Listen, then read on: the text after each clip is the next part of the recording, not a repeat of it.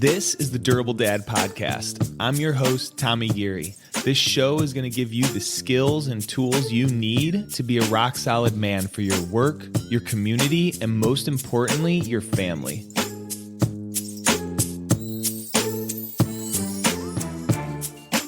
All right, what's up, everybody? Episode number 24. It is August, kind of the middle of August, and back to school is coming up. Summers, the schedules are unpredictable, kind of all over the place, change from week to week with different camps, and we can look forward to going back to school because there's a little more normalcy, there's a little more of a routine that we can get into, which is awesome. And I think a lot of us will say, when school gets back in, I'm going to start doing XYZ. When school gets back in, then my routine will be enough for me to try out that new thing that I've been meaning to do. And maybe part of that's true, that when we do have more of a set schedule, that we're able to start that thing that we've wanted to do. However, I want to be careful about basing our actions and when we're going to start going after a goal on external events and our external schedule and calendars and schools and things like that, because they really don't affect us. What's going to change when we start taking action are our thoughts and our emotions. So if we're telling ourselves that summer's really busy and we're feeling a little scattered with summer, then yeah, we're not going to start new things. But the school year's going to start and something's going to come up. I mean, kindergarten starts for my daughter tomorrow, and she came down with a fever last night. And freaking sucks. She's not going to get to go to her first day of kindergarten because she has a fever. And just saying that right now, I feel sad and disappointed. And I know that no matter what, something's going to come up. And we'll set these arbitrary dates that then we'll start going after a goal. But something else always shows up. There's no perfect moment to start going after a goal and making the changes that you want to make.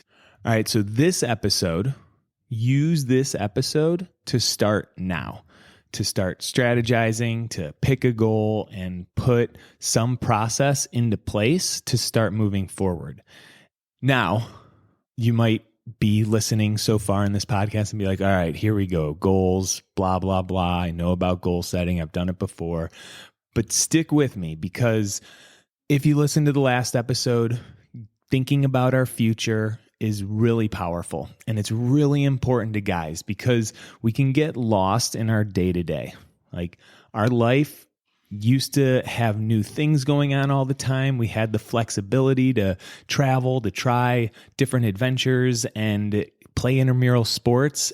And now our day gets pretty packed with the responsibilities that we have, and it becomes pretty predictable. And we're pumped about our role as a dad, our role as a husband, employee, business owner, whatever it is. We're ready to show up for it. But at the same time, when life becomes really predictable and we get stuck in this day-to-day, we start to lose a sense of who we are as an individual, who we are as a man, and we forget what we're made of. We forget what we're capable of creating. And if we're not going after something new, it doesn't feel great. And having a goal gets us ready to go on a new journey, to create some new things in our life. And it doesn't have to be huge, but just small daily changes are going to bring more excitement into our daily life. And we'll start to be able to use our skills and start to unlock that potential that's inside of us and start feeling like more excited about life and let go of kind of that rut of the day-to-day. Now there's debates. You'll hear people talk about what's more important. Should you have a goal, or should you focus on the day-to-day processes and habits? And I love James Clear's approach to this. And just like in a lot of things, it's not an either or, it's both. And James Clear, he's the author of the book Atomic Habits, which is an awesome book, one of the game-changing books in my life. And he's the habit guy. And he also says you need goals, not just daily habits. And he paints this picture of a boat. And for a boat to set off and go to its destination, it needs to set its rudder on the right course, and that's your goal. You decide where you want to go, you set your rudder, and now the ship's pointed in the right direction. And the oars, those are your processes. Those are what's going to be powering you forward day to day and getting you over the ocean and towards your goal. Now, some guys, a lot of guys actually, will say that they don't know what they want. I don't know what goals to set. But they do know that they have more in them, that they're not being their best self. And that's showing up in behaviors and habits and health. And so they know that they want more, but they're not sure what they want. And that's an awesome place to start. And if you're there, here's what you do. You stop and you think about it. Because you do know what you want, you just haven't thought about it in a while. And I have this worksheet that I'll link to in the show notes, and it's called What Do You Want? And you just take 10 minutes to go through this worksheet, and there's a couple little steps to it. You read the directions on it. I'm not going to get into it right now, but this worksheet is going to get you to the place to figure out what you want, because that's the first step, is to pick a goal. And this could be a health goal, could be a fitness goal, could be a weight goal. Maybe it's something in your career, like finding a new job that's more fulfilling, or the business that you run or the current job that you have. How can I make it more efficient so that it aligns with life outside of work and I have more time? It could be a relationship goal, to have a better relationship with my wife, a better relationship with my kids. We got to set that goal and get really clear on what success looks like. All right, so we pick a goal and our rudder is set. So we're sailing across the ocean on our journey to our goal, and we know where the destination is. Can't see it yet, but we know where the destination is, and we set our rudder. And now we're going to move to the oars. How are we going to power our ship forward? And that's our processes and our habits. What are we going to need to change about our day-to-day, about our monthly processes that are going to power this ship across the ocean? And if we're talking about health goals, it could be your process of what you're going to eat and when you're going to eat. Like, when are you going to plan your meals? Are you going to meal prep on Sunday? In your career, the processes and habits could be actually setting up SOPs so you can pass off tasks and delegate more? Or is it setting parameters on meetings to avoid the unproductive meetings that just kind of drag on? The processes and the habits are what's going to keep driving you forward. In relationships, it could be the weekly date nights or morning coffees, or signing up for couples counseling, or reading a book together. These are the steps that are going to get you to the destination. It's going to move your ship. So now that the ship is on course with the goal and the oars are in position, what you need to do next is assemble your crew. And when I say crew, I mean your inner monologue. Those voices that we have in our head, those voices that we have in our heart. We all have these. And a lot of our current crew is filled with people that want to throw a mutiny on the boat, saboteurs. And the first thing we do when we're assembling our crew is take inventory of who's there right now.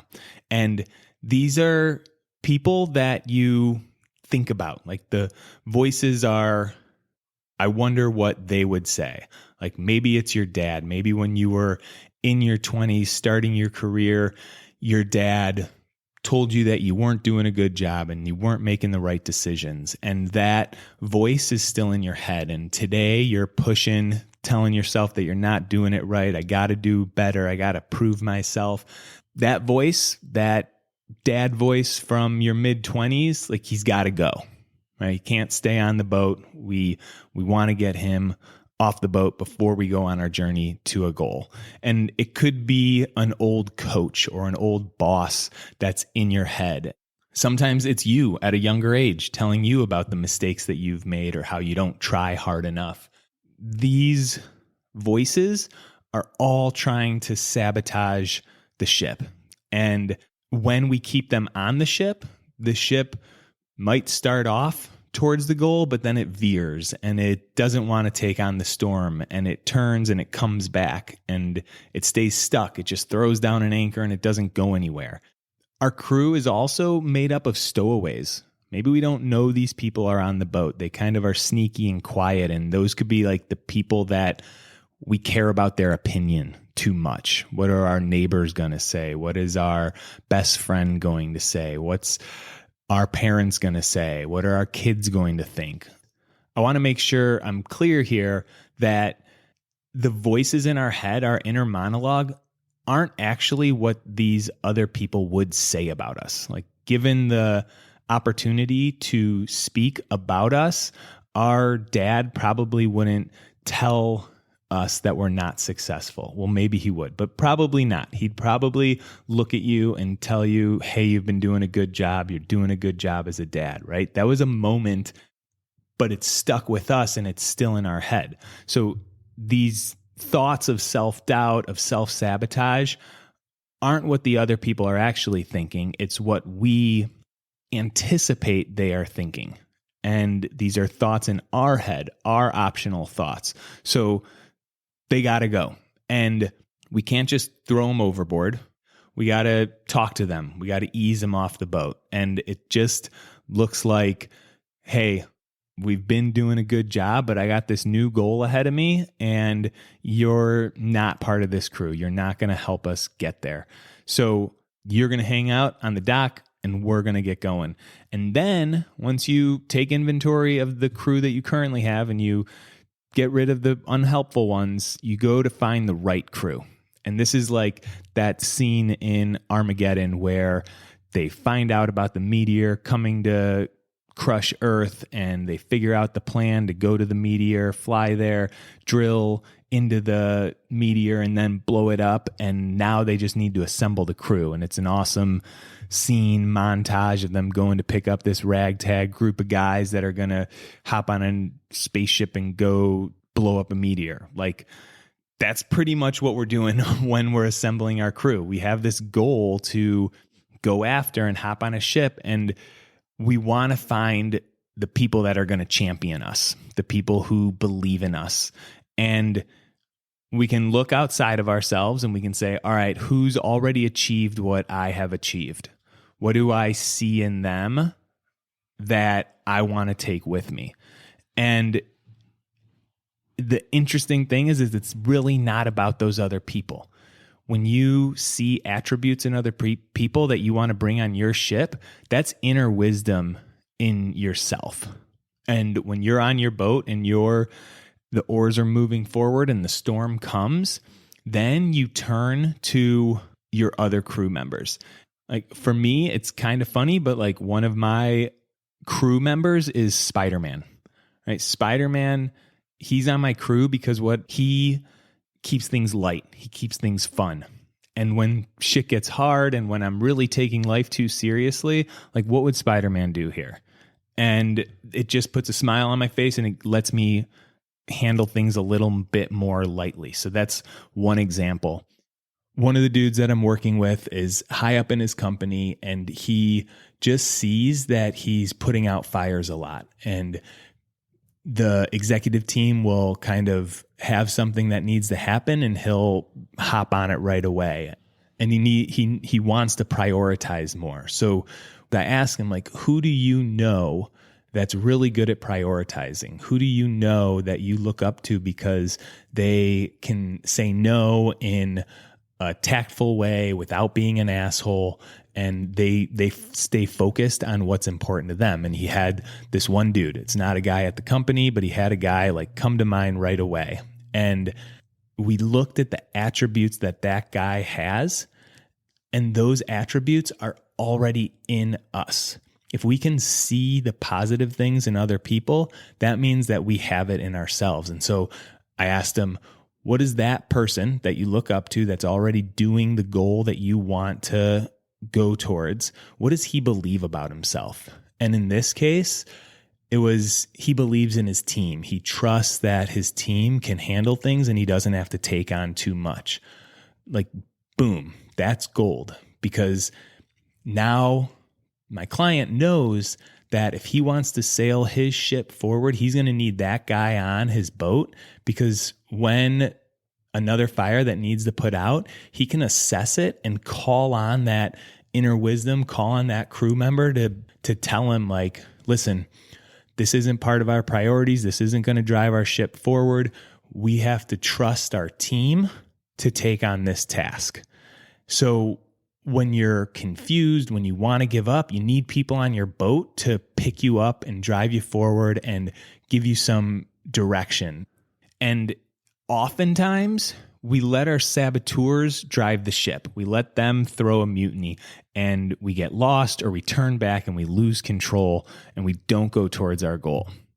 And this is all happening in our head. And it's the reason why some people achieve everything they go after and others quit and don't get there. We need to get really good at recognizing the sabotaging voices and really start listening and pulling out that inner wisdom, those voices that are telling us, you got this, keep going. You can do whatever you set your sights on. I got no doubt that if you put your mind to it, you can keep going. Those are the voices we want. Those are the crew members on our ship. All right, so there's no perfect time to start going after a goal. If we're telling ourselves it's next week or the beginning of the month or when things slow down, we're just making excuses. So define a goal, set your course, set your rudder, position the oars, and assemble your crew. Do some mental inventory, do some emotional inventory, get the people off the boat that are holding you back, and get new mindsets, new crew members that are going to power you forward. All right, that's what I got for you guys this week. Have an awesome week. Leave a review, leave a rating. I got to throw that in at the end because more guys are getting back to us. More guys are telling us that they're enjoying it, that they're making changes in their life, and that's really cool, and I want to keep this movement going. So reviews, ratings help the organic search in the interweb. Later, guys.